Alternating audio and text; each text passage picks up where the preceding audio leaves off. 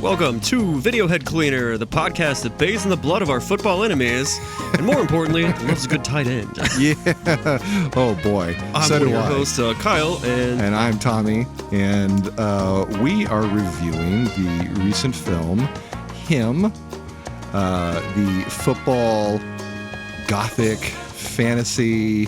yeah. We're gonna figure out what exactly this movie is. I hope. If the movie knows Yeah. what it is, yeah, Well, it's Yeah. There is that. it's an interesting mix of elements that at least was advertised as pretty horror based, and I think it left a lot of people scratching their heads after seeing it. I guess we'll say. Yeah. Is it horror? Is it a psycho thriller? Is it like a gothic horror?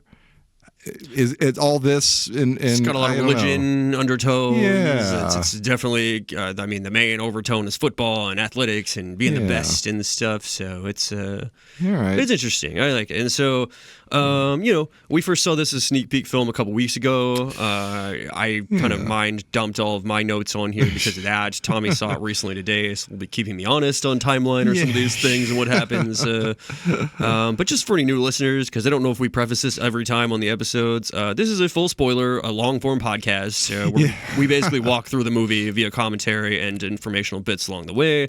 We love our movies, and we tend to want to discuss every interesting point. We're here. We're gonna blow the film big time if you haven't seen it, and that's just a disclaimer for all of our episodes because. So yeah, They should have yelled at us in the theaters if we try to discuss it, like this in there. So we do it on here. That's what we do. We're just two vaguely qualified gays with the occasional guests that love talking about movies, and so vaguely qualified. Yes, that's the best way of putting it. Yeah, our qualifications are vague, for sure. So. Another disclaimer, especially about today's episode, is that you're going to hear a lot of lewd commentary about the lead actor of this film, by me specifically. Another element of this film that I'm going to have a lot to say about because, oh my, and here it starts now, Tyreek Withers. Oh my God. Even has a sexy name. It's like Tyreek. It's just a Q. Like, no, not even a Q-U-E, just a Q at the end. And exactly. Exactly. The name is already a tease. And, oh, man, is he... I haven't seen him in anything before this, but the camera loves him. Actually, I think you did, because he was in the I Know What You Did Last Summer, like, soft reboot thing we saw. Oh, that's right. Yeah. That's right. Okay. Yeah. But I don't think he had his shirt off as much as in this movie or something. No, so it probably didn't impact you the same way. I was left only with his acting, which is okay. But just this film, it highlights his gorgeous face nonstop. And I gotta say, I think that maybe distracted me. The first time we saw this film, on watching this film the second time, I don't know if I liked it as much because I was just thinking about it just really analytically and whatnot. The first time I was just blinded by beautiful Tyreek Withers. Oh my God. You're going to hear me say that a lot. Oh my God. I'm with you. Yeah. And I have to imagine lots of people are too. He's a great centerpiece for this movie. Yeah. So. Yeah. He's very easy on the eyes. For sure. For sure. All right, well, let's just go ahead and get right to the beginning here. All right.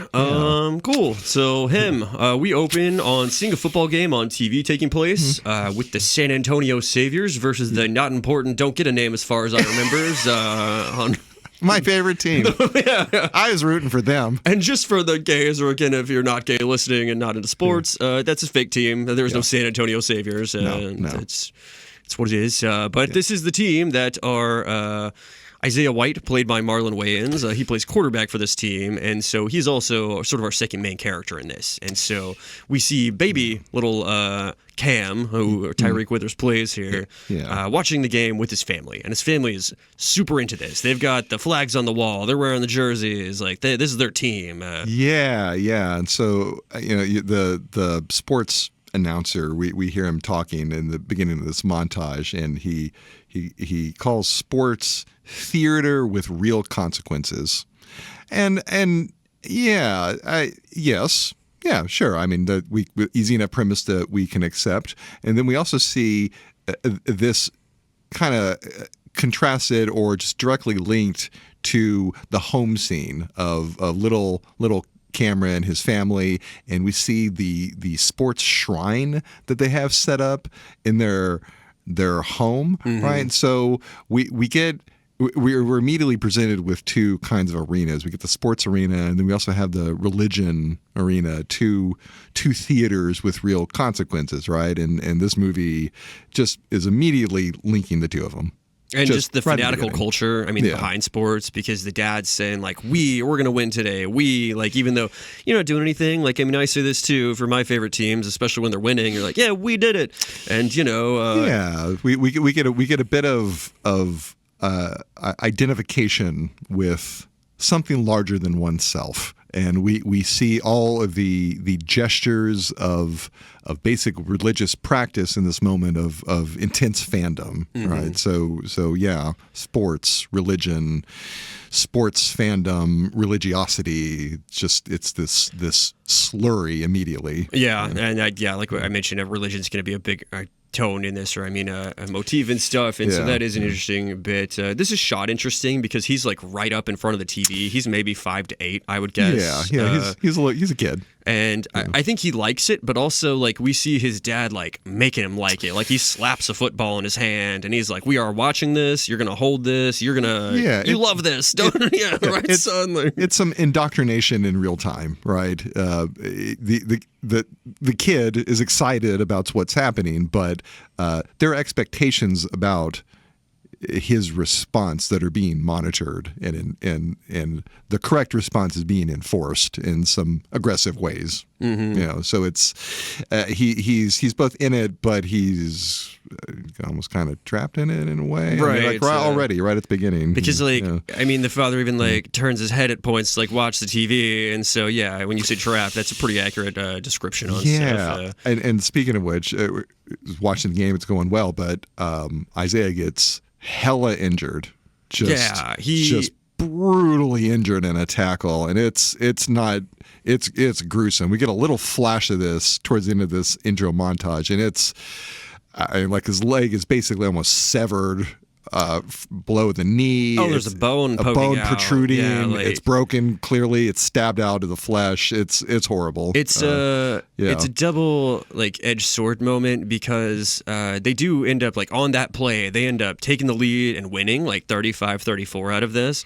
But at the same time, like the camera pans left and they're like, they won, and then the camera kind of pans back and is like, oh no, but. And this is the but, is that he is devastatingly, gruesomely injured. Yeah, and the father forces young Cameron to watch.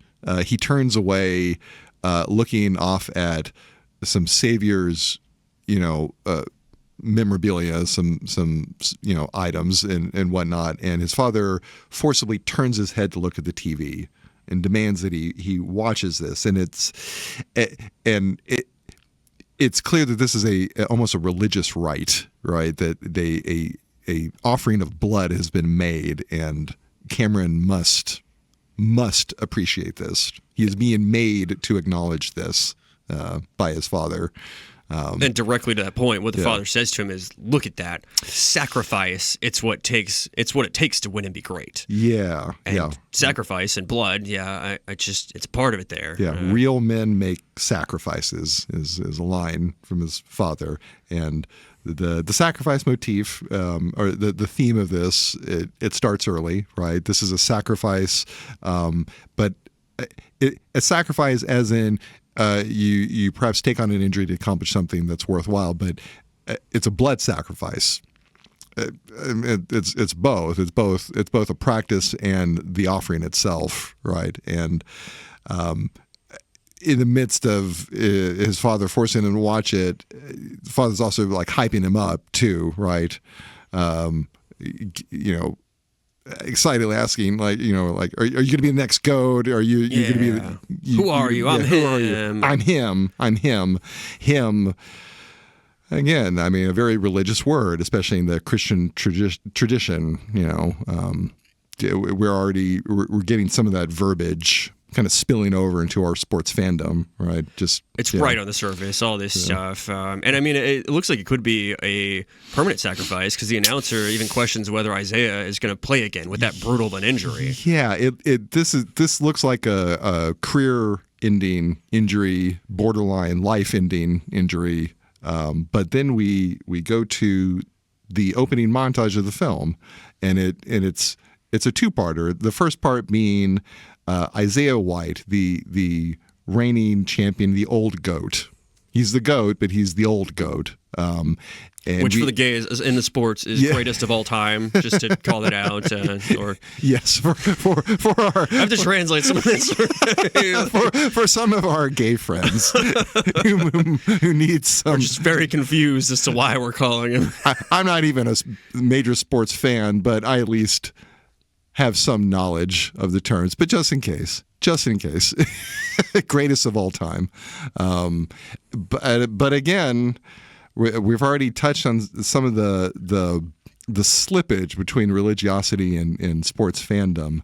A goat being the classic vessel, sacrificial vessel, the way that the village frees itself if it sins by putting it in the goat to then be sacrificed or cast out. Mm-hmm. So what kind of goat is this? I don't know. Like, we have so much religiosity, we have so much sports fandom. What goat are we talking about? Maybe both. I don't know. We just saw a gruesome injury of the greatest of all time. Yeah, so we have Isaiah, the goat who's about to retire, right? He's getting old. We hear snippets of sports reporters talking about his miraculous recovery from his injury, but he's been doing this for 20 years and how many championships, and surely he's got to retire at some point. And this is it's 14 years later, importantly. Yeah. And so no longer a boy, for one thing. This is a college athlete that we now have Cam grown up to, but also, we see that Isaiah's career has far from ended at that moment of gruesome injury. He has flourished. Yeah. He is the greatest of all time, truly, because he is said to he just completed his 8th championship, which, to compare to reality, Tom Brady, the greatest of all time in reality, has 7. And so the director even talks about how he kind of wanted to make him a godlike figure and give him one more than that guy. So it's like, he's incredible, essentially. Yeah. And then second part of this intro is for Cameron Cade, Tyreek Withers, the young upstart, the new potential GOAT, right? He's the hyped up prospect who will potentially replace Isaiah White in this football franchise. And so there's a tremendous amount of pressure on him. The eyes are on him, but he's young and fresh, and he's got the it quality, right? So he's the heir apparent. And he's talked about as being a number 1 through at lowest number 5 draft pick, for instance. And so, I mean, that's amazing. This is out of hundreds, if not thousands, of people that declare for the draft each year, and he's just shown to be incredible. And he was a walk-on, they talk about. I mean, some people are just groomed forever, but he's a great college player. And so he's about to take the leap to the NFL, and that's where we jump in with him, essentially. We see Isaiah potentially on the way out because they do talk about it's his 8th championship. He's incredible. He's doing great. But he's old in that sense. And I mean, even Tom Brady hung it up around 42, 45, and LeBron James is still out there at around the same age. I want to say 42, 45 also. And so it's hard sometimes to just lose your identity to a bit of when to hang it up. Yeah. When to have people stop screaming your name and you being incredible, and when do the young bucks take over your athleticism? Yeah, it's not an old man's game, right? And so after 20 years, you can imagine Isaiah White is in his 40s at least, right? And still potentially risking those kind of gruesome injuries like we saw earlier, but just, football, it's a full contact sport, right? And he's getting up there in age. So we have the setup. It's a little bit of all about Eve, right? It's an old established figure and a young upstart, and that kind of tension. A reference for the gays out there, right? If you miss all the sports references, maybe you've seen All About Eve, a classic of gay cinema. So we get a little bit of that kind of setup right in the the beginning. And we kind of see reporters hounding the two in this, like, interplay. Cam's being asked, what team you're going to. He's got an agent. He's got the whole 9 yards where they're hounding him about his upcoming career. And Isaiah's story, we see him in the locker room kind of holding his championship trophy while people ask him about, or he's thinking about the end of his career. Yeah. And we get a first weird, like almost surreal thing happening when like the mascot's in there and like tilts his head at him and like pours a beer on the ground or something. Yeah. Like, we get this moment of Isaiah just kind of contemplating the end, essentially. The crowd, like his teammates are cheering. They've just clinched another championship, but it's like he knows that the clock is ticking and he's almost out of time. Right? And further, to whatever he's considering himself, his contract is up at the end of next year. And so his team almost certainly won't renew him, is the vibe we're getting. Yeah. So he sees the writing on the wall, whether or not he chooses to perhaps continue. Yeah. And he's had, 20 years of stardom. It's hard to let go. We can imagine, right? Right, because he is him in this moment. He is the league's him. Capital H him. He is the guy, right? And so we get that shot of the team mascot or whatnot. It's kind of in slow motion, and the effect of it is to make the mascot seem a little grotesque, almost like the entire scene seems tired and exhausted and frantic in a forced way. And so you have this mascot kind of doing mascot wild wackiness, but you see this in a cold, tired light. And so another sports thing I guess I'll call out that occurred to me, or that might not to people who aren't really familiar with like the inner workings of this. If Cam is going to be the number 1 through 5 draft pick, if you just won the championship in the NFL, you get the 32nd draft pick, like the absolute lowest, because why would they give you a high draft pick? Because you don't need it. Your team just won. So there's talk about people are like, oh, could he replace Isaiah White as the Saviors? But also, I don't think they would have the draft capital to get him, essentially. And so it's just a thought on that, and that could, who knows, that could come up later soon in this. But we jump to Cameron Cade being interviewed as he's back in his hometown in the same living room that we open up in, where now the sports shrine that held just all San Antonio Saviors stuff and things about, somebody else's team, they hold all of his accolades and trophies and college banners and this or that on there. Where he now has become what his father was really hoping to be, perhaps. We see that his father has passed away too. There's a picture of him in a military uniform, a folded up flag that you'd receive during a military funeral. Basically a small shrine to his now deceased father, who we don't know for sure, but perhaps died in service, in military service somewhere. We don't exactly know, but all we get is really he's there with his mom, his brother, and his high school sweetheart girlfriend there with him. So it'll be teased out in that, but he says he's very happy to be back home. And the reporter sort of asks, like, "Oh, are you looking for anybody?" Or sort of ask if he's got romantically entangled. And the high school girlfriend makes it very clear to the reporter that he's so happy in this relationship and he's not single off camera. Which, can you blame her? You want to lock Tyreek Withers down? Oh, like fast. Yeah, no, you see this happen. I mean, because potentially the young goat of NFL today, Patrick Mahomes, Brittany Mahomes, now was his high school sweetheart as well, and has never let her claws out of him. Frankly.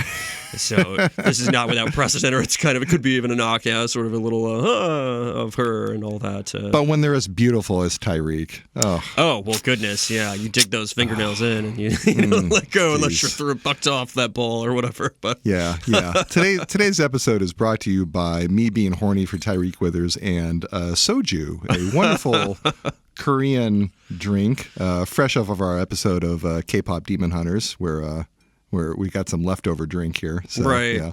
We are honoring culture and in our mouths. Honoring with our mouths. Tommy would love to honor Tyreek Withers with his mouth. Well, that's our episode, everyone. and yes, I would I honor I would dishonor too with my mouth. Oh boy. Anyway, that won't be the last time I'm sure this comes up. But yeah, No, we it find won't. out his in the interview they ask him about his father and the fact that like he did drive him to love football, but he was a very forceful man about it. Again, maybe Cam did like football, but he also was very much like conditioned to like football by this. How much choice he had is speculative. With his father as intent as he was, right? Yeah. And just from his own recollections, but we saw the opening scene. We know very much how fervent his father was, and so very zealous, yeah. Yeah. And Cameron seems pretty down to earth and humble, though. And so he's just an aw shucks, he's a swell guy, seemingly, with all the questions thrown his way. He seems like a nice boy who's also kind of a deer in headlights. Like this is all getting real big for him real fast, and he's still just kind of a nice boy, Yeah. And as to build off that, the next place we see him is at his high school field, where he kind of goes back to be in his element, and he's alone, really, except for his coach, who we see being like, "Hey, I'm gonna head out. Like, just lock up when you're done." And we see him nailing throws because he's throwing at the upright of the field goal stuff and hitting the pole every time. Yeah, just bullseyeing the pole. Clearly great at his craft. Yeah. But things are getting a little weird. Right, he's alone on the field. Seems pretty isolated, and he's walking towards the end zone, like walking off the field. He's done practicing, and he sees a football just spinning on the ground.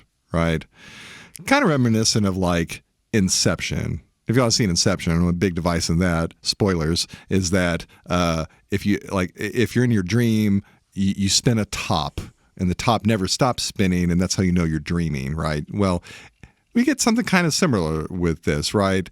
It's a weird moment where the football is just spinning. It's just there, stationary on the ground. It's spinning without seemingly losing any kind of momentum or whatnot. Something weird is happening. We're getting a little touch of the surreal that we're going to get more of throughout this film. He's walking towards it. He's looking at it, wondering just what in the world's going on. And then cut to the camera in front of him. We, the audience, see what's behind his shoulder, which is the mascot that was kind of bedeviling Isaiah earlier.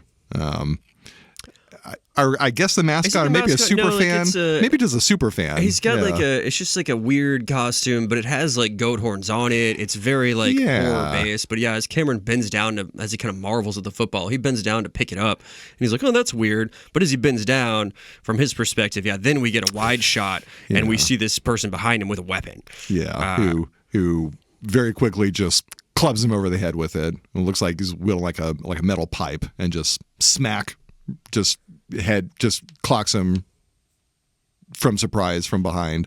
And again, it's not clear if this guy's a mascot or a super fan or what. He seems to look like he is associated with the Saviors.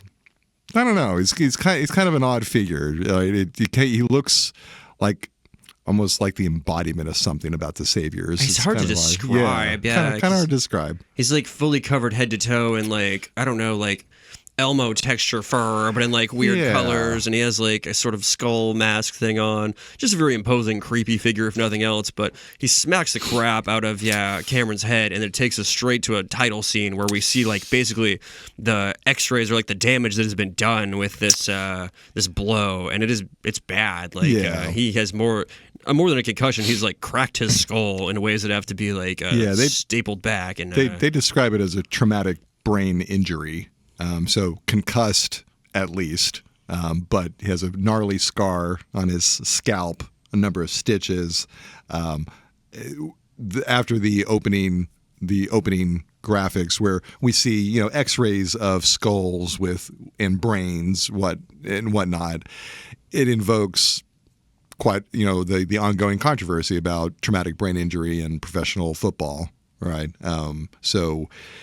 We're if you know anything about American football, you know this milieu, like this kind of moment where it's like, it's a big thing, right? And so here we start with a young football player taking a massive brain injury, right? Not on the field, but kind of on the field, kind of on the field. And it's at the cusp of his, like, he's prized and valued for his athletic ability and what he can do on the football field. Yeah. And now he's thinking, if I take time off and actually heal myself or whatnot, because this is a discussion had between his mom and the doctor and him, where the doctor's like, I cannot in good conscience really clear you to play this violent sport, and the mom's like, oh honey, we'll get a second opinion because I know this is like our chance or your chance, and it well, and the mother actually seems like she's trying to steer him away from doing it. The doctor says, I can't tell you whether or not he should do this. The doctor can just diagnose the injury and just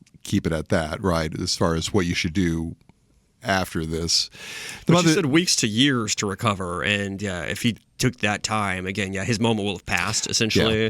This was his moment, and he still wants it to be, but should he, is part of what we're here. Yeah, I mean, it is football. He just suffered a major brain injury, and this could just kill him if he takes another hit like that, for sure. And he's going to a career where he will take nothing but hits like that. So it certainly leaves like a sort of Damocles over Cam here in the plot, because when we say that, it's like, I don't know, if he takes another one of these, he could be done. And so there are times or hits in this movie he takes, and it's just, the audience like winces or gasps or something, because we're given that context early on to be like, oh no, like this could just go bad all of a sudden, essentially.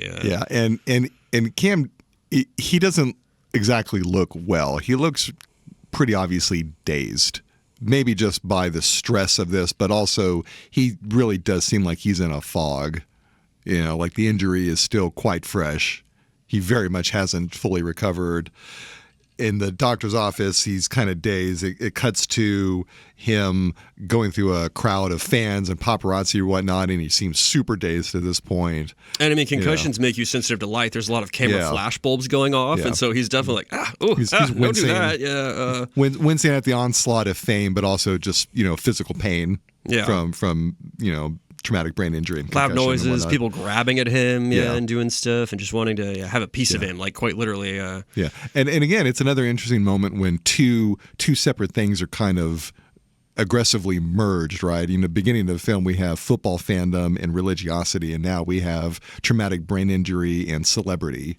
Two other things that just get really, really crazily joined together in ways that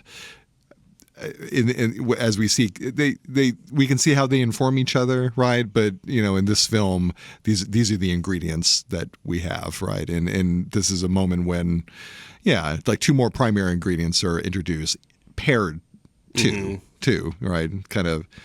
Again, we already saw the pairing of Cameron and Isaiah too, right? So it's a film with these kind of awkward pairings.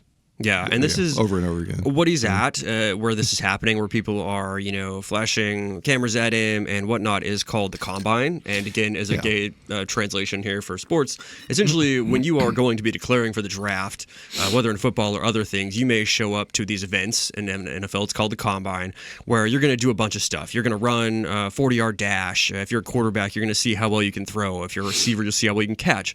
You're essentially young men displaying your athletic prowess, and teams watching you and saying, he did great, let's move him up higher on our draft board, or he did bad, we're not going to do it. And so he obviously was going to do everything at this Combine, but eventually, and I mean, this isn't jumping that far ahead, he doesn't participate in this. We meet his agent here for the first time, who's kind of like the one batting people away and being like, all right, get the fuck out of his face. One Tim Heidecker is who's playing him, who's most known for his absurdist comedy duo, Tim and Eric, with Tim and Eric, awesome show, great job, and all that. So it's very odd to see him in like I don't want to say dramatic role, but just like a role that's... He was in the Jordan Peele film Us.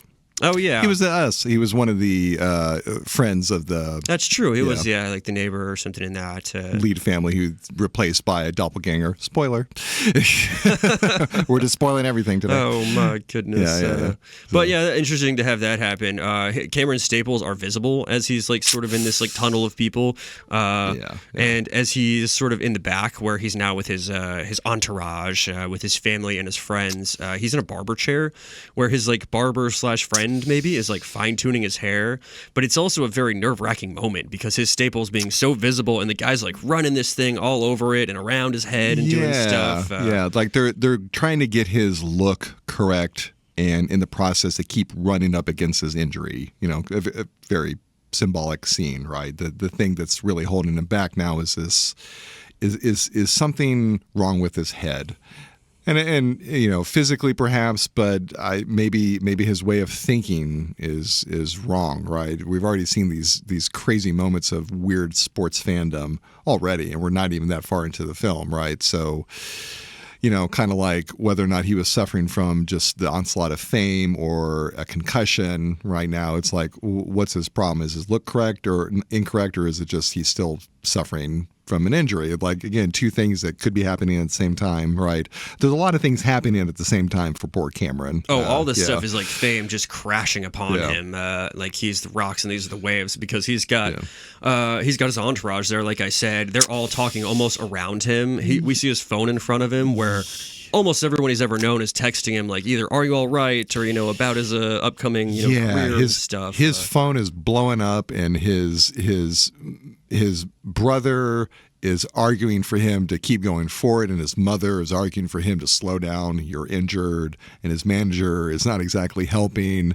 And so it's kind of the people who are talking about him and around him. It's lopsided against him even still. Like it's only his mother who's really trying to fight this, and she's 2 against 1. And there's hype men there. Like, I mean, this happens constantly, and especially superstars. And you talk about like the wife wanting to hang on to the girlfriend. Yeah. These people do too. And so some of these are very funny. I wrote down because they're like, "You're him," but they also say things like, "You're Timothy Chalamet," "You're him Kardashian," which was really like really milking the moment. Yeah, exactly. But distressingly, and to the gasps of the audience, at least in our like preview film, the barber runs his thing across the staples and hurts Cam as this is all just getting louder and louder around him, and essentially just snaps. He's like, "Ow!" Like, "Oh my gosh! Like, what did you do to me? This is actually hurting me." And in a moment that some of this is actually probably hurting him. All this stuff more than helping, and maybe we should just be careful and play a little more, cautiously with him. But he can't. This is all full steam ahead essentially, because this is his moment. Again, if he doesn't take it, I probably never have another one. So he's kind of a victim to all the expectations that have been piled on him since he was a child, really, right? This is very much the end product of everything we as the audience have seen. And this insane injury, this attack on him, it can't slow anything down. It just can't.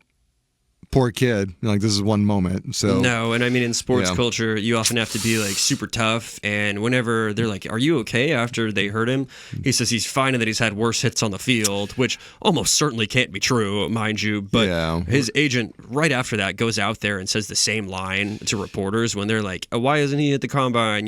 Why is he still going to be good to go for the draft, like, and for the team in the season and stuff?" And he's like, he's not going to go out there. But, there's 4 years of tape on him. Like, you just look, you see all this stuff. Tim Heidecker, his manager, is trying real hard to keep hyping him up in the face of all of this doubt, for good reason, right? But there's still this lingering doubt, right? So, and with that doubt, I mean, his draft stock's almost certainly dropping, and that he may no longer be the number one pick, and we kind of get some announcers or some like TV talking heads on the sports networks talking about that as well. We transition to a scene where he's back at home. It's a party, right? He's got there's another thing that happens before that, because another little surreal bit. There's a spooky moment. Yeah, he's in the tunnel leading from the locker room to the field, right? And he's waiting right by the exit, like almost hesitating to go onto the field, right? It just, you can understand, right? Lots of pressure, lots of injury. It's a hard time for him. And so he's just kind of hanging out in the tunnel, and he's by himself finally. All the other players have run past him, and he's just kind of there, and it's the darkness of the tunnel behind him.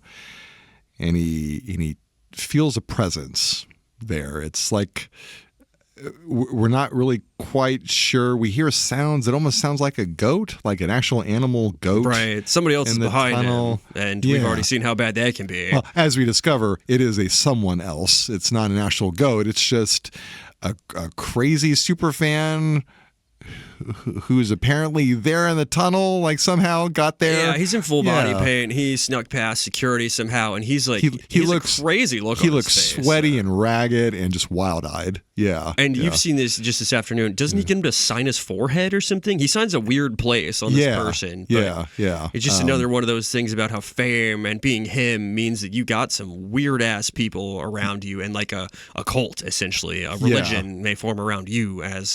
This is his first exposure to the crazy fandom that he is poised to inherit. He probably didn't really know this existed, and now here's this guy who snuck into this tunnel into the sports complex, got to like a few feet from him. And he looks at least 20 years older than him, and so it must be weird to be like a man 20 years or more older than me wants me to sign his forehead because question mark, or like because like fanaticism essentially. This is like, a grown ass adult. Yeah, exactly. yeah. But then we go to the party. Yeah, so what we're talking about here. Yeah, so. and Cameron just kind of handles that moment, just kind of. Just babe in the wilderness, just kind of wide-eyed, just what the fuck. Yeah, doesn't know what to say. Just like, I guess I will sign your head. Like, sure. But probably against doctor's orders next. So we flashed to him at a party where he's smoking a joint and sipping vodka straight from the bottle. I can't imagine that was on the like doctor's recovery list for concussion stuff. He unless the order was to not mix it, just straight vodka. Only straight vodka from the bottle. Yeah, that's the only kind you can trust. And we get the vibe, or at least I did. Oftentimes what's happening is these, after you've done the combine, after this and that, you'll kind of get some calls, or you'll be waiting to hear from teams that want you and stuff. And so he's got these hot women and his entourage still around him. But he seems in a weird headspace because he kind of is pushing them away. Like, he's back at home. It looks like his brothers are throwing this big wild party to celebrate his, him poised to be drafted, but also kind of they're riding his coattails, right? Mm-hmm. They're kind of latched on, and they're enjoying his moment at his expense, right? They're drinking. It's a wild party. You got guys there hawking jewelry. So clearly large amounts of money are being exchanged. Whose money this is? It's Cameron's that he hasn't yet earned. Checks are already being written against him, by his own family, right? And then you got all these hot babes and whatnot. You got a bunch of hangers on in this room, right? And just yet more pressure for young Cameron. Here are all the people who have now declared that they are dependent upon his success. And to the point where his brother brings him his phone to talk to. He's like, he kind of pushes his brother away, but then he's like, no, it's your agent. He's like, oh, fine. He like takes the phone and goes into the bathroom. Yeah. But even then, trying to be alone, like laying down in a bathtub, people like open the door and like three of them push their way in and are like kind of being like, what's going on? What are they saying to you? He's like, get away from me. Like, I'm literally trying to have my moment. He's hiding in a bathtub, and even still, that's not enough. But his manager has it's a mixed news, right? They're basically, they're about to draft him, but it's just, they just got some lingering doubts about his head injury, right? The owners of the team they're just kind of concerned, but they have a proposition for him. They want him to go train with Isaiah White at his home, his compound, right? And if he does this, and he kind of, gets the green light from Isaiah himself, he's set. So he has a tentative yes. They're going to draft him, but he's got to clear this first, right? So that's now our inciting dilemma, right? It's just a week, they say. Yeah, just a week to go. With Isaiah White here, Marlon Wayans' character, and he's kind of being pushed for an answer by both his agent and then the people there with him in the room. he does it, and it makes everybody happy. Yeah. Again, who knows if it makes Cam happy in this moment? Perhaps he seems happy. He definitely seems excited, right? He's reading this as I'm in. I got it. I'm in. And he's like, I'm just going to go this week. It's cool. No big deal. And it's potentially his hero. I mean, from what we've seen, like, or his family's hero, or something in that regard. It's a chance to meet someone that he has idolized, probably for a large portion of his life. And by all accounts, the best football player ever. And so it's a good thing. Yeah, I mean, it's not bad. I don't mean to frame it as like, oh, would he be happy? But I mean, also everyone else is super happy about it, and so it's not necessarily even his full choice. I guess his hangers on are ecstatic at this, and so he must go do this. The pressure is coming from all sides and from within too, because it's clearly something that Cameron wants very much too. So and so Cameron ventures into the wilderness. He's driving. We can assume this is Texas, right? It's New Mexico is where most of this film is shot, but it is a very deserty scene. Well, the scene we can assume is like southwest. Oh, Texas, fair enough. Okay, right? Yeah. For in universe, I mean, this is San Antonio, outside of San Antonio, somewhere going west. There's plenty of desert in Texas. I grew up there. I don't recommend it.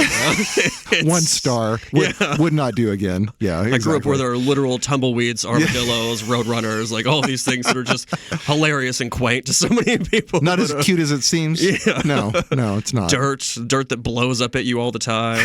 It's awful. And this is where Cam is going, and it looks exactly like what Kyle just described: a blasted, a hinterland, a forsaken, almost kind of wasteland. Like he is leaving civilization, and this scene very much looks like it. It's just his car. There's nothing else around him, and he is just totally by himself in the wilderness, venturing out to Isaiah White's compound. It's just by way of geography and lack of infrastructure and big sweeping camera shots. It's effective. Like it's interesting aesthetic. Yeah. He's very much the babe in the wilderness again.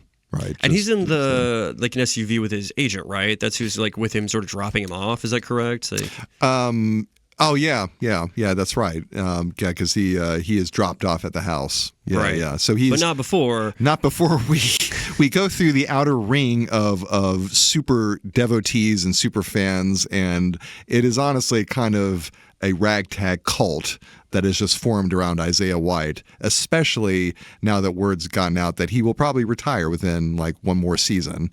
So the cult is really in large numbers now at the gate to his compound. It's like an encampment, and these people are dressed up in their own weird, sort of goat horns or loincloths or various like things in body paint. Yeah, they're in Savior's, fan like memorabilia and clothing and branded items and whatnot, but they look like they live in these clothes, right? Like they haven't taken them off for weeks. That it's almost, they look ragged. They have been exposed to the elements and they don't care because this is where they need to be. But they are crazy, and they appear to have, I don't know, a leader. There's a lead figure who presents herself as kind of the main cultist. Yeah, who runs up and is screaming and spits on the window. The seat that he's sitting in. You just talked about how they're worried, I guess, about him retiring, but they clearly know that this is Cam and that this is potentially the new quarterback coming for the Saviors, because we immediately learn essentially through this that this is Isaiah's cult. Obviously, it's outside of his compound, but she runs up and spits on the window and says, "We don't want you." Yeah. And then the agent kind of laughs it off and goes, "That's just Marjorie." But like Cameron's like very shook, like a woman like slams herself against the window and is banging up against it, and like he is clearly not so jaded as to find this to be normal at all, and it kind of shakes him a bit for sure, as we can understand. He's still, I guess we can assume, what, 22. He's young. It's if that, it must be, because we guessed 5 to 8, and it's 14 years later, so he's somewhere probably 21, 22. I'd say it's graduation ages. So he's still fresh. He hasn't seen too much craziness yet, and this is a big faceful of it for sure. But they finally, his car makes it through the cultists. They get through the gate. They're driving towards the house. We get another big sweeping shot of where he's dropped off, and it's a walk to the front door, but it's kind of like a temporary kind of staging area, parking area. And they really leave him alone. It is a cool shot because it's a very interesting, half in the ground, modern architecture, bunker / mansion thing. Yeah. It's very sparse, stark. Spartan, I guess I would say would be a good word for it. The outside is very, it's kind of brutal, kind of austere, right? But still ornate. It looks expensive, right? It definitely looks expensive, no matter what, right? No matter what you think about the styling, it looks like money has been spent, and we just see it on his body, on his face, that it's enormous, and he feels small in it, right? Like that he is walking into a strange place.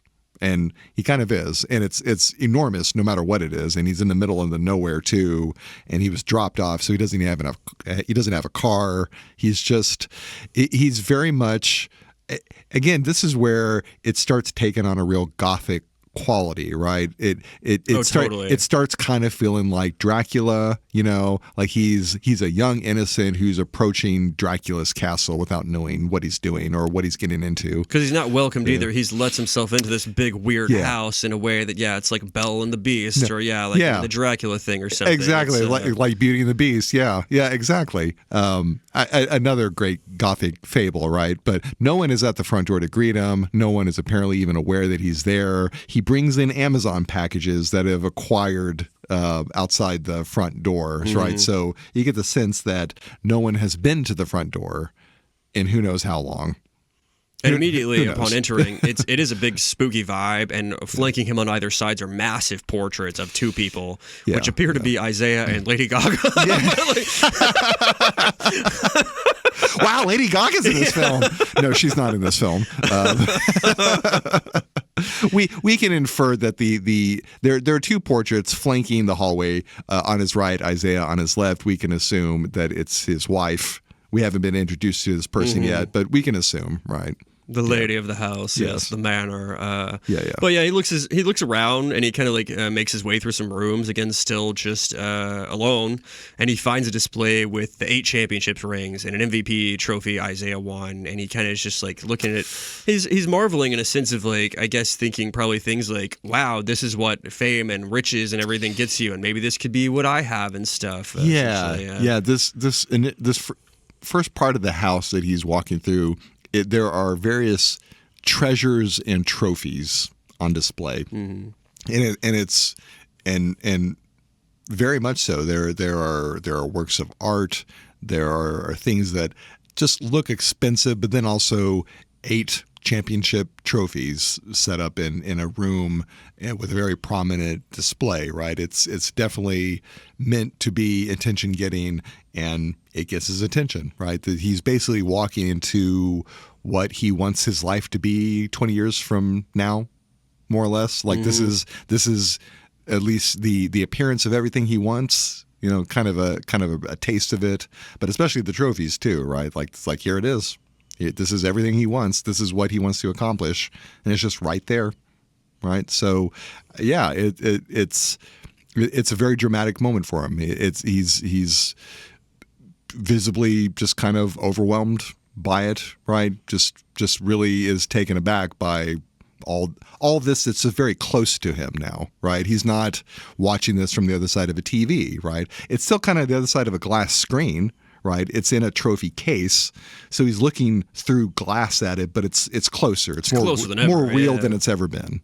Yeah, absolutely. Yeah. And I mean, on one hand, it is everything he's ever wanted, never worked for. But on the other thing, it looks very small. I mean, just the rings, a tiny little trophy and stuff. And so that kind of can speak to the metaphor of sports. And you work your whole life, you destroy your body for some of this stuff, and you get a little bits of metal, whatever. Well, and also he's in your house. And it's also the old saying, "Don't ever meet your heroes in person." Right? It's all now that it's all more real. It now has finite definitions and terms, right? It's just going to be smaller. It's just going to be smaller now that it's in your face and real, right? So it's, another kind of dueling moment, right? We have two kind of things kind of awkwardly put together. Yeah. Yeah, I think it's well done. And so, I mean, he does in like the next room, he finds Isaiah doing something pretty creepy in a room, mainly because he finds him where he's doing some leather tanning, and there's with literal skins on the wall, which is another double meaning of like when you have sports wins and trophies and things, you have skins on the wall. But no, there are literally skins on the wall here. It's like animals and stuff that he has laid out. They can be trophies, and they can also just be evidence of your kills. Right, it's things that you acquire that denote your status, but also things that are evidence of your actions. And the evidence of his recent actions are a bunch of skulls. Yeah, that's the other thing. It's not just skins; it's literal skulls there. And and as he's working on the latest thing, Cam kind of jokingly, like or lightly, asks him if he's just killed the thing he's working on, and Isaiah doesn't answer and just falls flat and just like falls to the ground. He's like, okay then. Like he instead asks Cam about himself and talks about the week they're going to have together. And just launches off into that, which can be very off-putting as like a non sequitur, or if you're just like have tried to start a light conversation and then it goes like somewhere completely different in an odd tone. When you immediately discover that your hero is super eccentric and kind of off-putting and kind of weird. Well, great. Good thing you're isolated with him with no ride away. And that happens even quick or even further because he's like, taking away your phone. Talks about radical detachment and how he needs to focus on football on this. So he is truly isolated. He is now, his link to the outside world is gone, and he's in a brand new place that he does not know. And it's pretty spooky. Yeah, his link to the outside world, and also his point of reference for anything that isn't football, because now it's all football. It's all football. His link to his family has been severed. His means of transportation, he doesn't have that anymore. He's just in all football now, and it's about to get a little weird. But the first day, however, as it's entitled, it's just fun. It's fun. Like Marlon Wayans' character, he plays him, and obviously he'll play him different ways, sort of as this goes along. But the very first day and the time we meet him here in this room, he seems very jovial and personable. And the scene ends with him having like Cameron hammer a nail into the high and say, "Remember to have fun." Yeah. Which hits us with the title card. Then we get a title card. We get a kind of a structuring device in this film, right? Day one, fun, and the progression of the story from this point is going to unfold in these days, right? This one is entitled "Fun," and it is. They're doing some practice. It looks like standard practice, nothing too crazy, just doing some reps, whatnot. Isaiah seems clearly capable and clearly strong, and Cam is kind of struggling to keep up with them, kind of, trying to, go through the routine at Isaiah's pace. He does it effortlessly. Cam is kind of, he's keeping up, but he's straining to do so. And as the montage progresses, he gets more comfortable, right? He's kind of on sure footing, right? He's demonstrating his strength a bit more readily, whatnot. It's all still standard practice. It's fun. Right. And it's, I mean, another just eye-opening big, like, small fish in a big pond thing, because this is a private indoor training field that's amazing looking. And he's got his banners of his trophies and stuff up there. He's got all of these attendants and people essentially at his whims. Line up for this drill, run and catch that, do this. We meet the trainer, Jim Jeffries' character, Marco, the first time, the physical therapist of this. But they're really bond over, like, running drills, lifting weights, stretching, and, like, just being manly and sporty. They're lifting, they're pumping weight. Oh, good lift, bro. Good stuff. But yeah, there's a lot of money and power on display, and it's all Isaiah's, right? It's his practice space, but it's also kind of his temple, and it's a temple devoted to him, right? And some more sports / religiosity, mixing here, right? This definitely seems like a cult space, and he's the cult leader, right? Everyone there is about him. About him, yeah, right? It's his house, it's his field. I mean, it's his way or the highway, or you know. And even Cam, from Isaiah's perspective, is about him, right? You know, like we, the audience, kind of see it a little differently, but we can kind of tell that, this space is all Isaiah's, right? To a degree that. Well, again, day one is just fun. It gets less fun as the days progress, but we get a funny moment here where they need to do a physical on Cam, right? So they tell him to strip down. He does. We get a nice little butt shot, a tasteful butt shot of young naked Tyreek Withers / Cam. And he's a little reticent, and Isaiah tells him, like, just take your underwear off, which leads to a funny line in a moment. But yeah. So, but the doctor is going about giving him a physical, and another attendant. They're talking about Cam's physicality, but this is all kind of background. Foreground, we have a conversation between Cameron and Isaiah where Isaiah is talking about the nature of injury and sacrifice, right? What are you willing to sacrifice for this, right? How injured are you willing to become for this, right?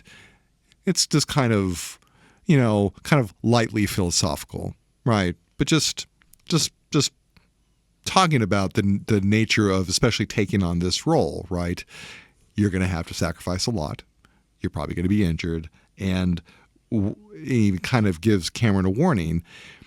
External motivation might not be enough, right? You might think that you're doing this for your family, and that's enough, right? You care about them, and all the money you're going to make on this is enough for doing what you're going to do. But Isaiah doesn't seem to think that's really true from his experience, right? That something else will be required of you, right? It's not exactly clear at this point what Isaiah means, but he's hinting at something. And he's even sacrificing immediately, I mean, dignity in this. He's stripped down quite literally, and he's being poked and prodded and measured, and then, all this stuff tested. And both by the doctor, but also by Isaiah too, right? Isaiah's kind of mentally... Absolutely, given a mental physical, as it were, right? And eventually, he's told to put his clothes back on, and Dr. Jim Jeffries says he never needed to remove his underwear, and that actually made things quite awkward. Womp womp. There's bits of comedy mixed in here. There's not a lot of it, frankly.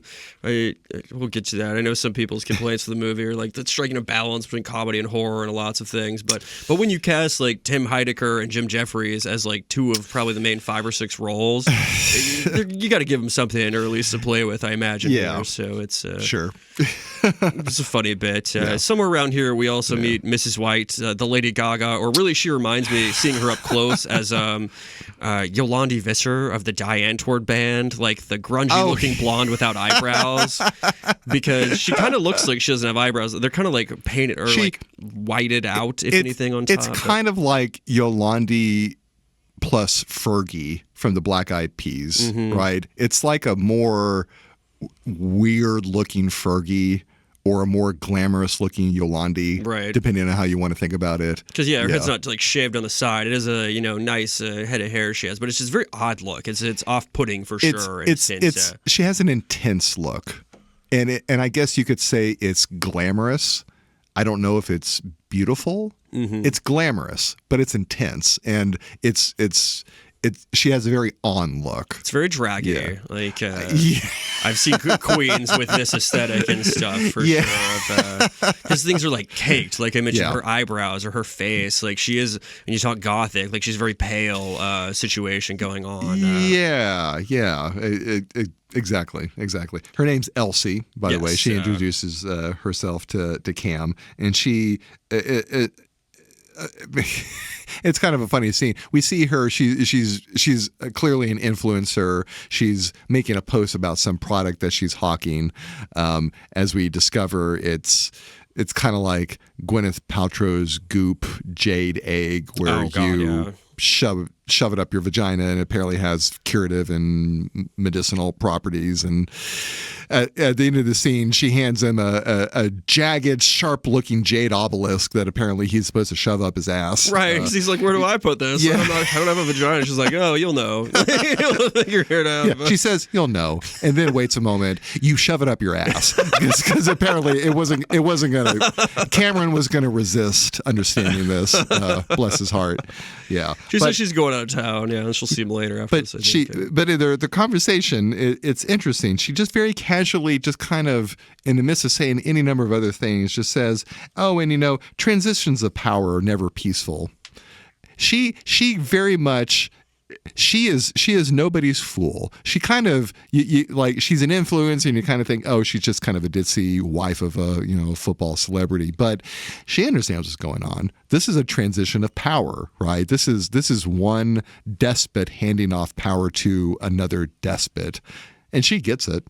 She totally understands what the stakes are, what the conflicts are here, right? Or at least you can reasonably infer that she's not clueless about what's happening, right? And she's glib, but she's kind of got an edge about it. Right. Yeah. And I mean, you've seen it twice now. I think that probably would be a lot more on the surface to me seeing it a second time, because at the time I didn't really clock her as being much besides a vapid, like influencer or somebody. And she just like whirlwinds out of the scene, as I just mentioned. She's like, well, gotta go travel. I'll see you later or something. Yeah, and so it was just like a bewildering conversation that she had with Cam where he's like, what is this? Yeah. Who is this? Yeah. And she just kind of offhandedly says this. Mm-hmm. And it's not clear if Cam really picks up on it, right? It's the audience. It's kind of for the audience whether or not the character Cameron gets the implication. No, he probably doesn't. Why would he? Right? He's had day one, which is entitled fun. Right? This is a fun day. Right? Mm-hmm. It's not supposed to be anything other than that. Right? So yeah. And he's had fun. Yeah. I mean, like I have down. Cam has a good day one. There's no signs of anything too weird yet, and then we see them sort of. Literally chilling out at the end of the day because he's in an ice bath. And then over in the other side of the room, Isaiah's there. But this is one of the other weird sort of things we start getting is he gets an injection from Dr. Jim Marco, here for the pain, he says. But you just saw this.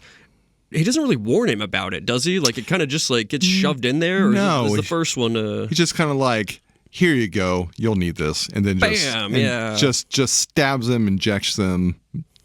There you go. Yeah. Poor Cameron. He's not really. He doesn't really have a lot of agency at the moment, right? He's stripped naked, inspected by multiple people, and then is injected with something. People are telling him to shove things up his ass. Yeah, like a lot of exactly. Yeah, yeah. He's just kind of being just thrown about from one scenario to another.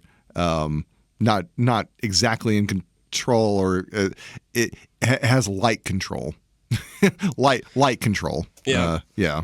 And one of the weirder things we see in this scene too is we see Isaiah getting a transfusion of his own blood? ? Like weirdly. Yeah. So we transition to Cam is in an ice bath. Recovering. It's filled with ice cubes and whatnot, and Isaiah is sitting off to the side, and a IV is connected to him, a blood bag is connected to that. It almost looks like a blood transfusion, but we discovered that no, he's harvesting his own blood because at that moment it's oxygen rich. Yeah, that's what he states. Yeah. So which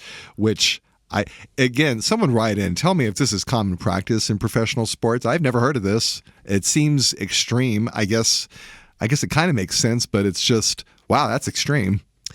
I think it's more the context of the movie. I've definitely never heard of this happening. Yeah, Cameron hasn't either, to the point where he's just like, oh, okay. Like when he's just being told this matter-of-factly, he's like, sure, your own blood to have later or something because it's oxygen-rich right now. Yeah. So it's sure. I think that's about the end of day one as far as my notes go. Again, you've seen it more recently. Yeah, well, like we have this odd scene of Isaiah extracting his own blood. He leaves. The doctor then enters the room, and the doctor and Cameron are conversing. The doctor goes over the the idea of a gladiator's oath, right? A tradition amongst Roman gladiators where they would swear this oath to their trainers to accept and endure all kinds of injury and torment for the sake of the spectacle and the sport, right? So the doctor, the doctor likes dropping these little gems about gladiator culture and whatnot. He likes making these kind of offhand references to the Last Supper of Christ or whatnot. We get a bit of Roman culture circa the time of Jesus Christ by way of this doctor, right? So gladiator culture, certain Roman traditions or whatnot, right? And so we're having old school something being invoked by the doctor, right? In the midst of various other surreal moments, we have this doctor going kind of old school, right? It's kind of setting the mode and the mood a bit, right? Like Cameron is very isolated in this place, and now we're getting old school, right? And the doctor seems to be very much kind of this is in his head. You know, he does speak somewhat cryptically because Cameron, is not quite sure why that's important or said or something in a way. But also, I mean, people talk this way about sports. Like, they really do. Like, we are in the arena, and much as a coliseum is an arena, we are going to kill our opponents. We're going to beat them to death. We're going to do all this stuff. And so it's not unapplicable, or it's not like completely obtuse to him. But also, it's just it's like, all right.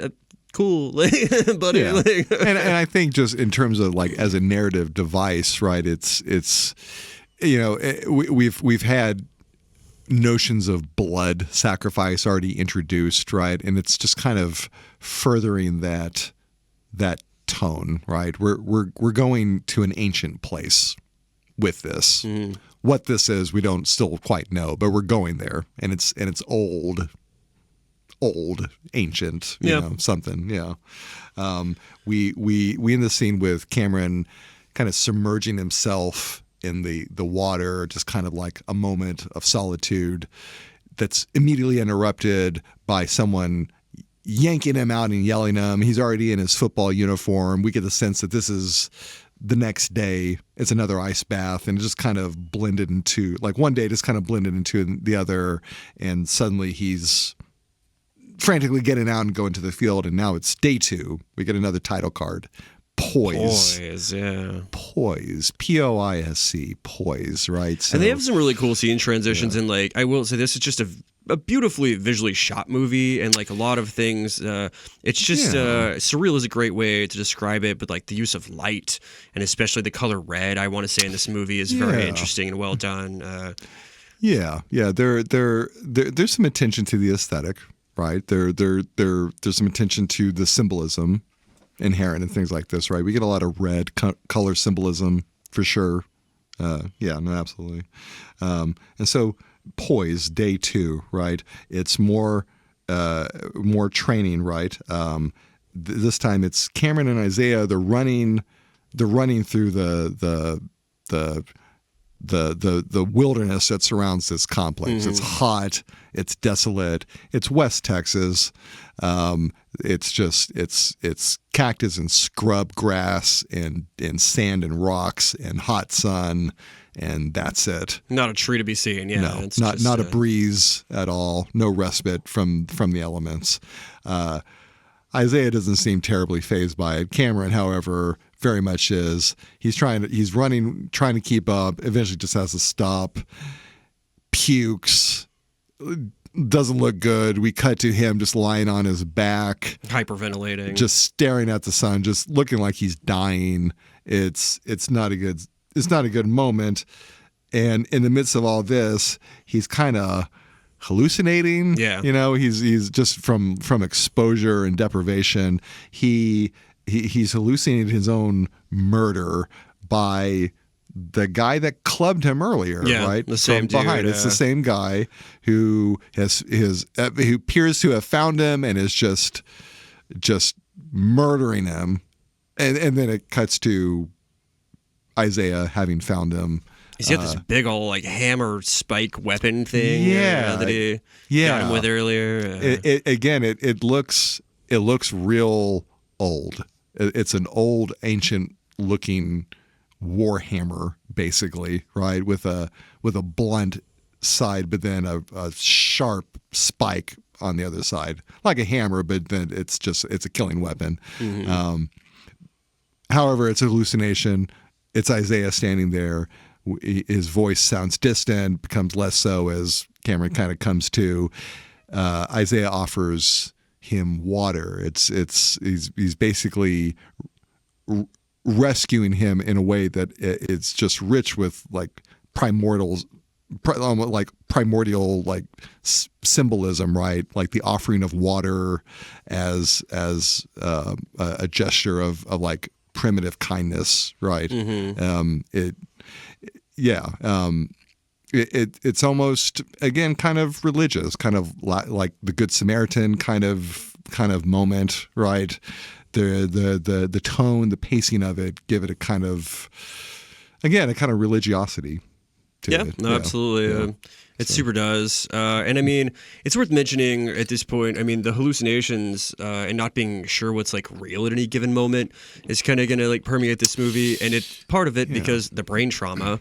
And then, I mean, whatever else is going on, but also who knows what's in those injections and stuff. There's a lot of things going on where you're just like, Cameron's kind of a little fading in and out of reality at times amongst everything else weird going on with him and such. There's the physical part to this that we can understand, right? His brain injury, these mysterious shots he's been giving, the grueling conditions that he's subjecting himself to.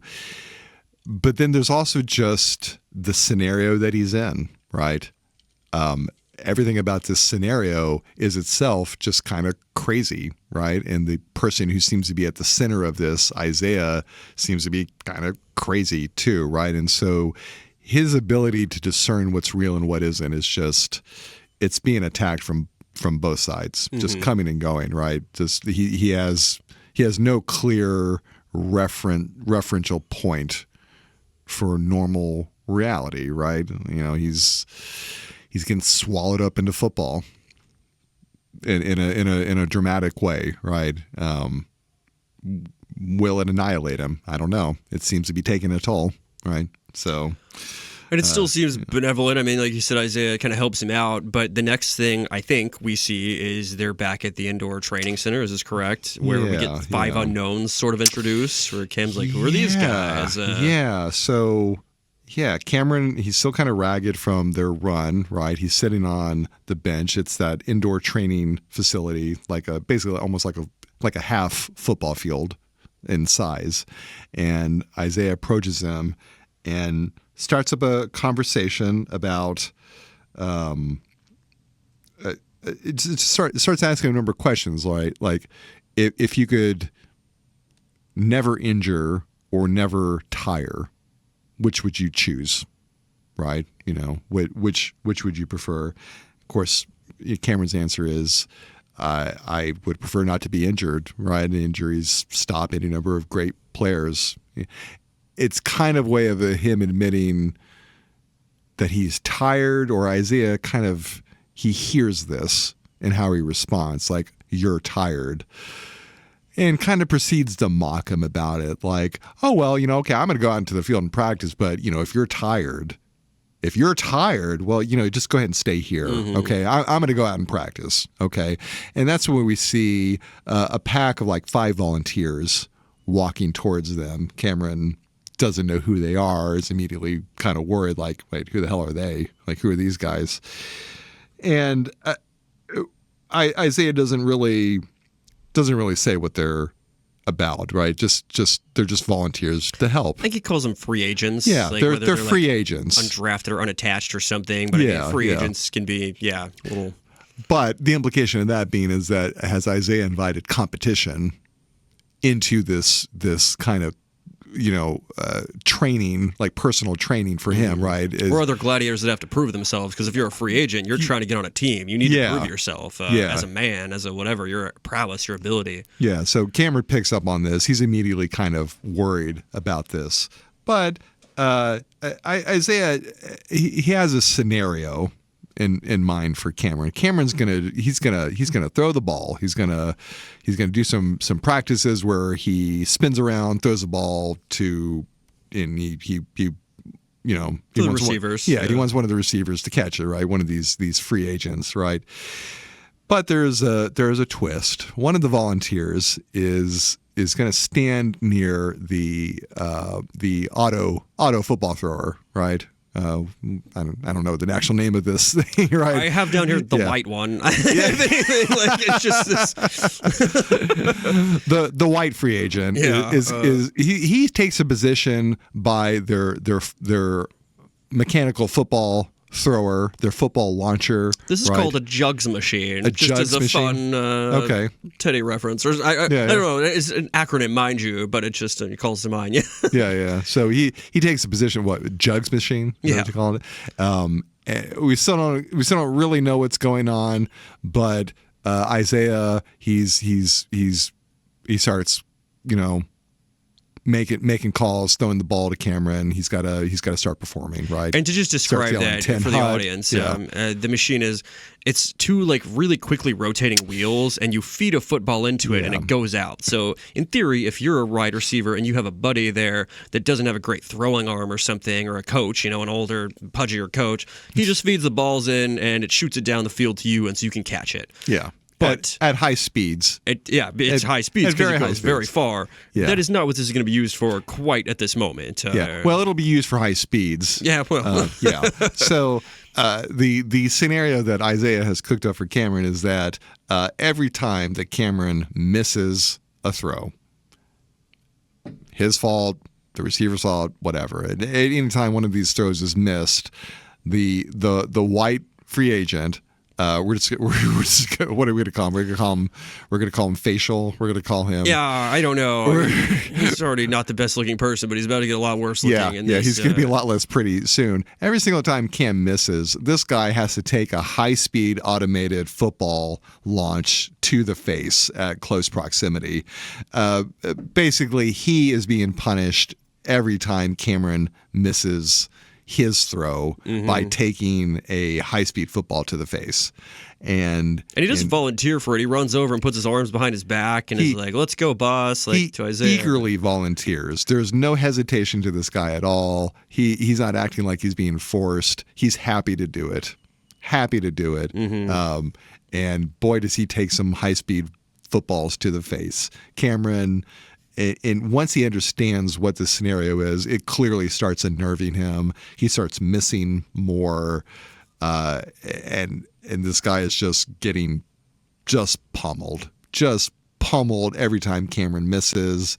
It's a very tense moment. It's very frantic. The edit starts getting very frantic. We get a number of cuts of Cameron, the receivers who are missing, Isaiah yelling 10 hut and spiking the ball, and just over and over again, and this poor hapless free agent getting nailed in the face constantly, and it's just over and over and over and over again. He's very bloodied as the time goes on, and I mean, Cam's kind of like, because again, it's not just if he messes up necessarily, if the receiver drops it. So he's like, come on, guys, let's do better. He's trying to rally his team, but Isaiah's almost reveling in it, because like whenever Cam at one point does kind of stop and is like, I forget if he's like, is he okay, or if he just like kind of hesitates, he doesn't turn around in time to even catch the ball to make the throw.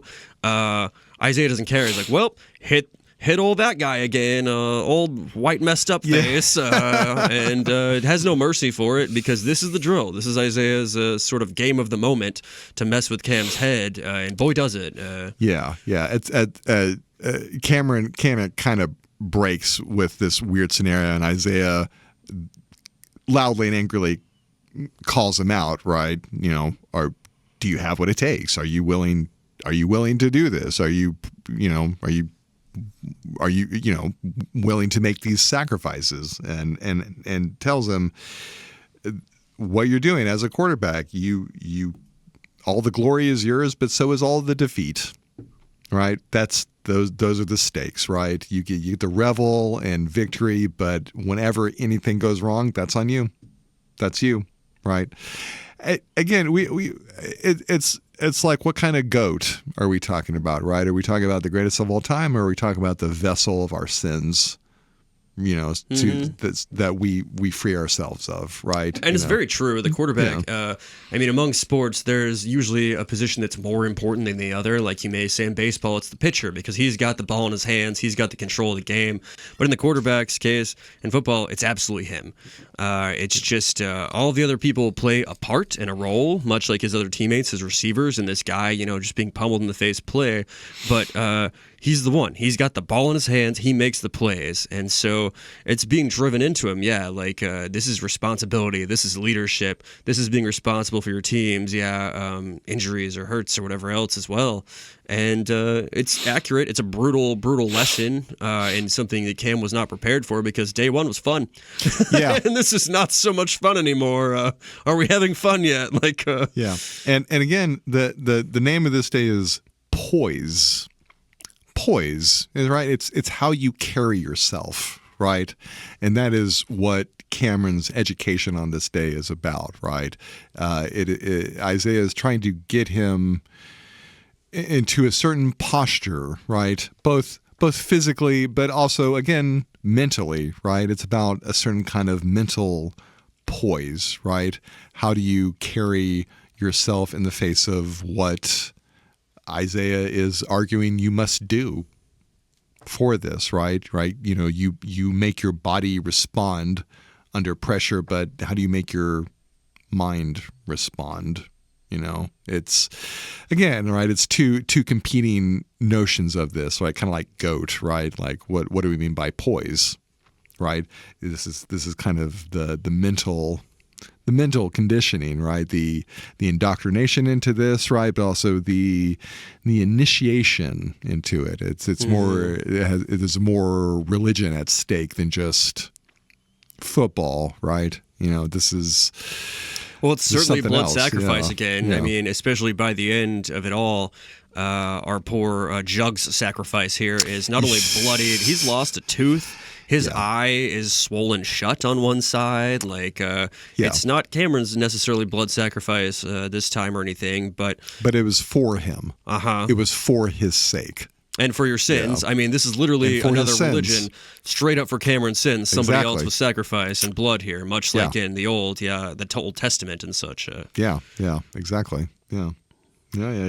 So, I think I have here, after that's all done, the dude, the really fucked up guy who's bleeding and has lost a tooth, he thanks Isaiah for the opportunity at the end. Yeah, enthusiastically. He is awestruck to just be in Isaiah's presence. Isaiah mentions, man, your face got all fucked up, and they all kind of laugh at it, and Isaiah immediately clocks him, why are you laughing? Right? This moment, it wasn't for him. Mm-hmm. It wasn't for him. It maybe it was for Cameron. Isaiah definitely felt like it was for Isaiah, right? It's a cult. It's a cult, right? This white football to the face guy. He doesn't have a name. And why would he? No, he doesn't need one. Why would he? It wasn't for him. You're right. This was literally a test and an exercise for Cameron in this. Exactly. So I have down, I guess validate me again, that Cam this night calls his mom for her birthday. I think he uses the landline or something.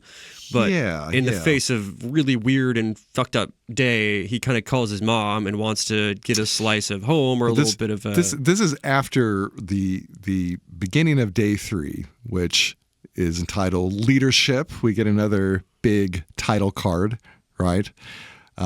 Like Poise, it's kind of cryptically entitled. Like, what do you mean by leadership? Well, we're about to find out, right? This day, the practice is now getting really kind of dark and edgy and violent. There's a real violent vibe to it. No one's having fun now. This is very real. It's full contact. Cameron's a little.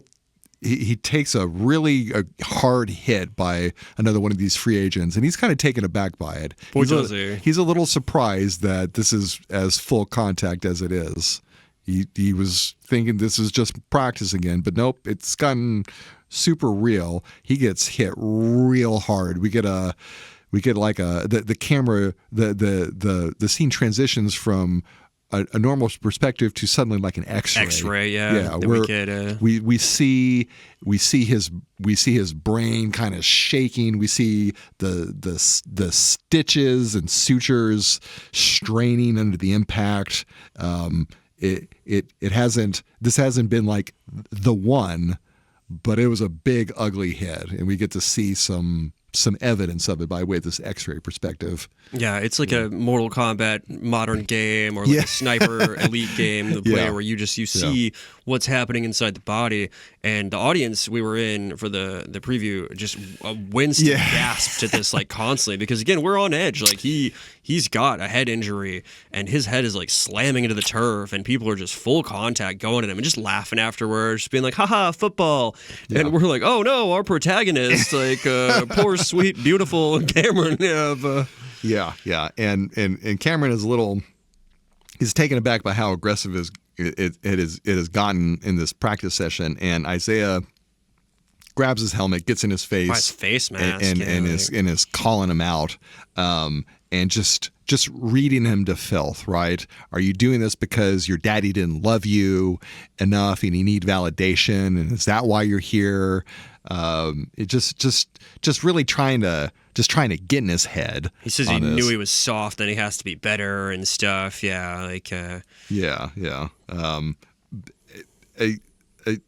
again, he's asked, what are you willing to sacrifice? What are you willing to actually do? Right?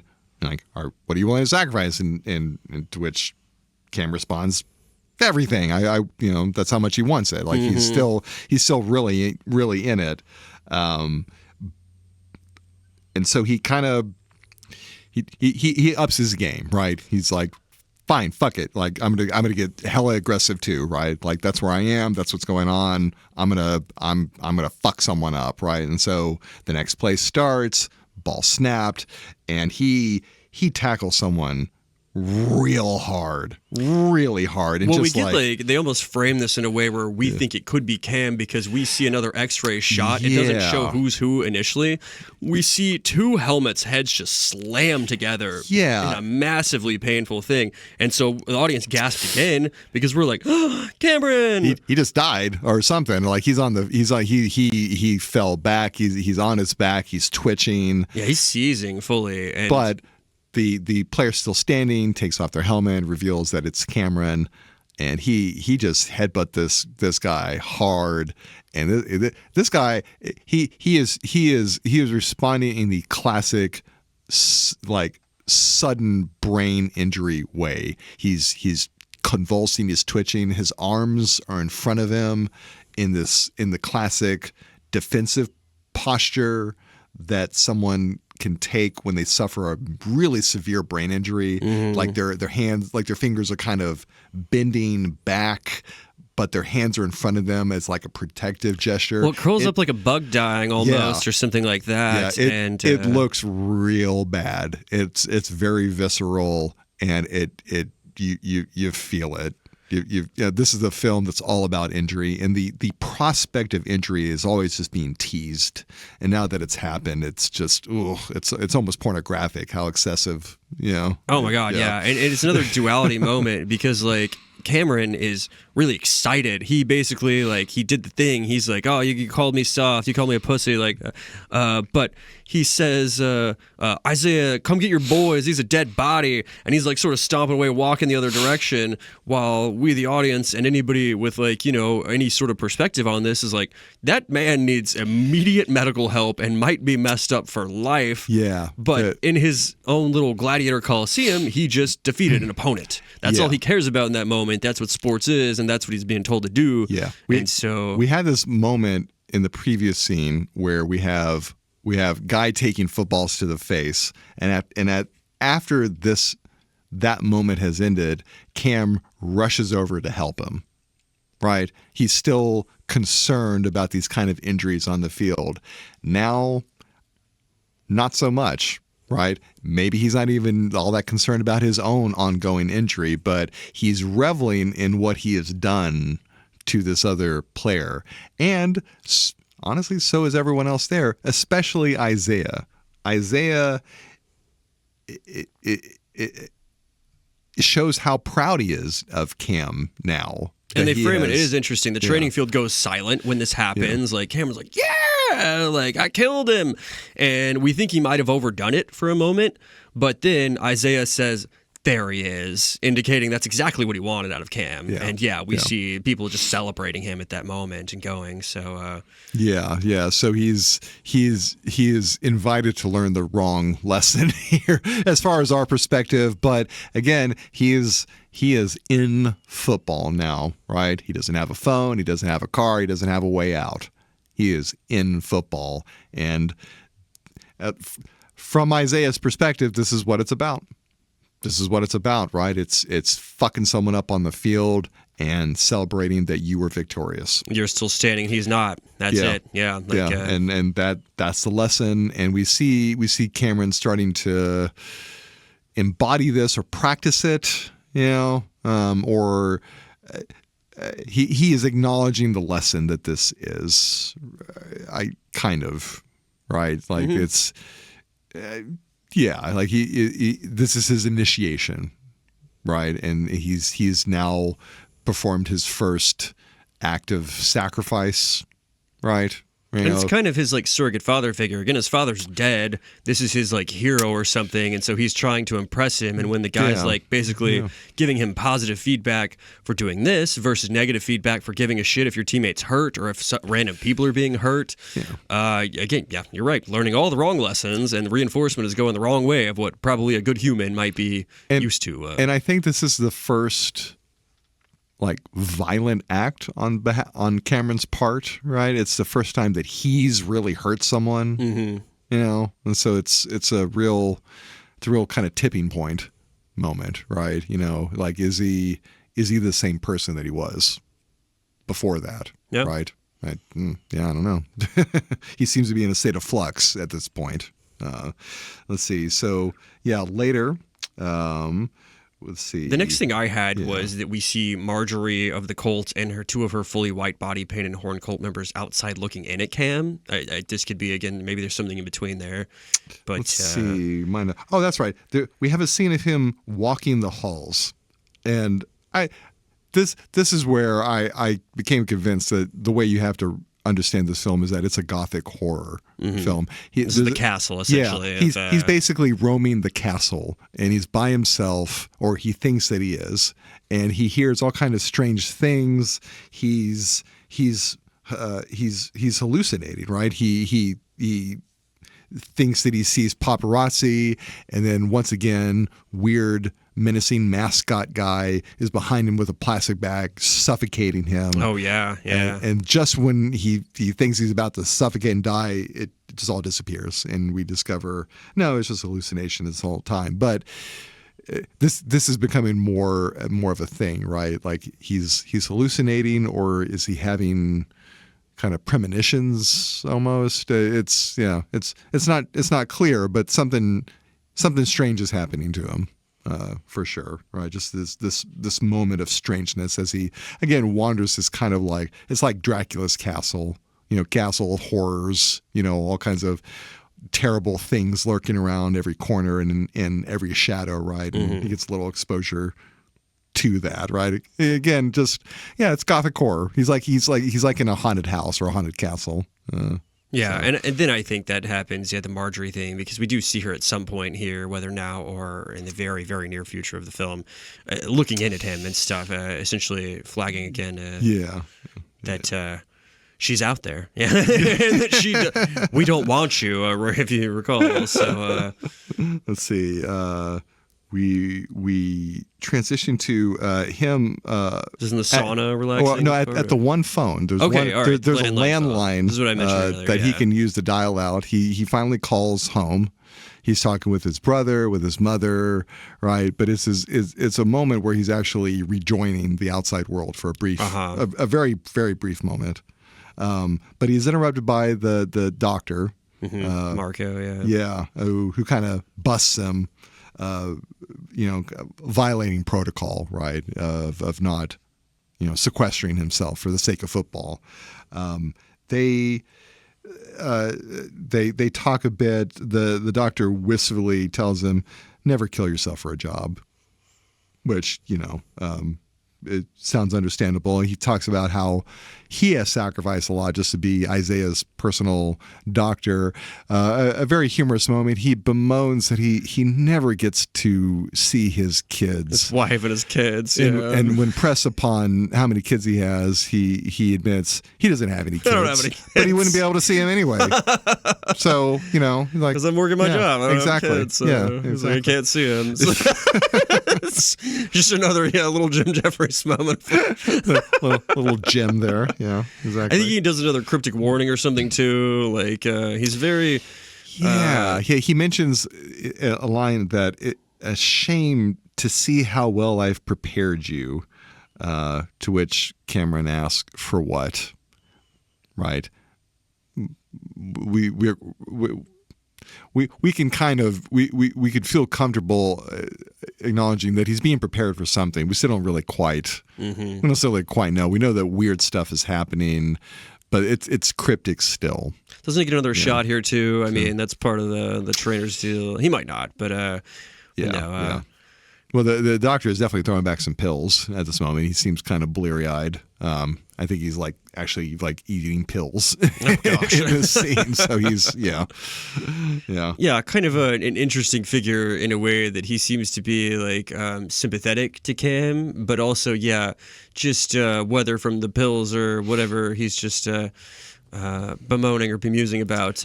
He's trying to sort of tell him things that are not on the nose, that are not really understandable to Cam. The doctor's kind of warning him, kind of toying with him. It's a little bit of both, right? Like the doctor is not necessarily on his side, but is kind of toying with what he knows is Cameron's fate. Mm-hmm. It's an interesting game. For sure. We transition to a scene with Isaiah and Cameron again. They're in a sauna. The camera is moving through a hallway where we see what look like faces mounted on a wall. It's very quick, and you don't really see it very much, but again, this idea of trophies and things like that, right? They're mounted on the wall like you would a trophy, but they're masks or they're replicas of faces, right? Mm-hmm. One of them looks like a pig. The other look like people, right? But it's not really clear, right? But it's faces mounted on a wall like trophies. It's very primitive, very old school. The movie's very aesthetic. It doesn't necessarily go out of its way to explain or just beat you over the head with a lot of things, but it does do a lot of environment building, or at least I do think it's a kind of good setting a mood description of the castle or the gothic horror thing, because just some of the decorations or the Spartanness or the fact that the people that do wander the castle are either cryptic to you or just sort of unnerving to you. They're strange and menacing and mysterious. Yeah. They're like creatures or monsters or something like that. Yeah. So while they're having the sauna, they're talking more, and Isaiah's opining about the philosophy of all this and what football has meant to him, and it's kind of a touchy moment, right? He's really kind of being truthful about kind of the emotional core of all this, right? Mm-hmm. Earlier on in the film, we had this kind of pompous moment where Isaiah is saying, some people see it as in this order, family. It's God, family, football. God, family, football, right? But Isaiah, no, it's football, family, God. Mm-hmm. God, very much third, football, very much first, right? But in this moment, it's more just the raw emotion of his life in football, right? He divulges that he didn't really have a family until football, right? Football really has given him everything in his life that is valuable, and it has been his life. And people just yelling his name. Like, I mean, he's gotten literal Yeah. adoration and idolization over this stuff. Yeah. But he tells Cameron, find your own way to greatness. Don't be me. Be better. Which, okay, I mean, that, inspiring and whatnot, right? He seems like kind of a weird character, but this seems like kind of a moment of him just as a real person. Right. Just being wistful about the past and what it took to get there, and some fatherly advice. It's an honest moment for sure. And I mean, it does come off in mentorly in a way that, like, I mean, really hasn't at certain other times in the movie. Yeah, when we see a sadistic side, or how far he's willing to go for football. And I mean, he obviously talks about that in the conversation too. But yeah, it's just two guys in a sauna being vulnerable, quite literally. They're just in towels. Being vulnerable. Yeah, absolutely. And again, Isaiah poses a kind of dilemma to him. Would you rather have this or that, right? And this time it's, if you're starving to death in a prison, which do you pick? Food or freedom, right? And again, a lot of cryptic references that we could perhaps expect Cameron to not yet understand. But from our perspective, right, is Isaiah a prisoner? Is he starving? Right? Like, would he choose freedom if he could? I don't know. Like, it kind of hints that maybe that's the dilemma that he finds himself in. Right? Maybe what he was talking about before with telling Cameron to find his own way to greatness. Maybe that's not just fatherly advice. Maybe it's a warning. Maybe it's as is so often in this film, you get two awkward things kind of tied together in the same moment, right? And I felt it that way too, because it was kind of like, don't follow my footsteps, like, don't be me, because it does kind of read as like, perhaps you could be better, perhaps you could be a better person than me, but also just like, no, this is my way, you pick your own way, because don't follow me down this trail, like, get away from my trail. It's also perhaps a threat. Yeah. Like a territorial declaration. Exactly. That's exactly the like duality I sort of read into that, because it's interesting. But I think Marlon, just to stop for a moment, I think Marlon Wayans does a great job playing this character, because as much as we've seen him just be like a clown or a goofball in so much, he does a good job of like turning it on and being just a jovial, like happy, we're having fun mentor, but then also just being serious, being sort of like cold, being sort of aggressive in ways. He's good with whimsy and edginess, at the same time, but it's kind of, that's definitely the tone of this film for sure. Yeah, absolutely. Okay, that wraps up part 1 of our episode on him. We have more to talk about with this football, gothic, psycho thriller. Stay tuned for part 2 coming up next.